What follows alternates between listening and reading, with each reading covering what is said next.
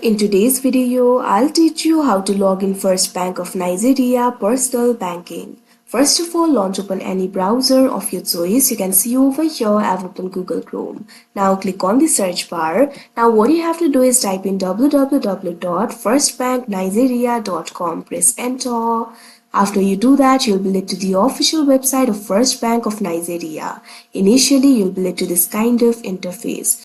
So if you want to log into online banking, what you have to do is click on this option online banking that you can see on the screen. Now you'll be able to find two options over here. Simply click on this option personal. Now you can see over here you'll be redirected to the login interface of FirstBank. From here you'll be able to log into your account. All you have to do is enter your user ID. Click on the field of user ID and enter the user ID over here.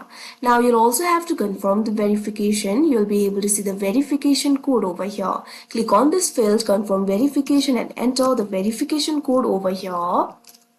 Now once you do that, click on the next option that you can see on the screen. After that, you'll be prompted to enter your password. Simply enter your internet banking password and you'll be logged into your account. So that is how you log in FirstBank of Nigeria personal banking. I hope you found this video helpful. Thank you for watching.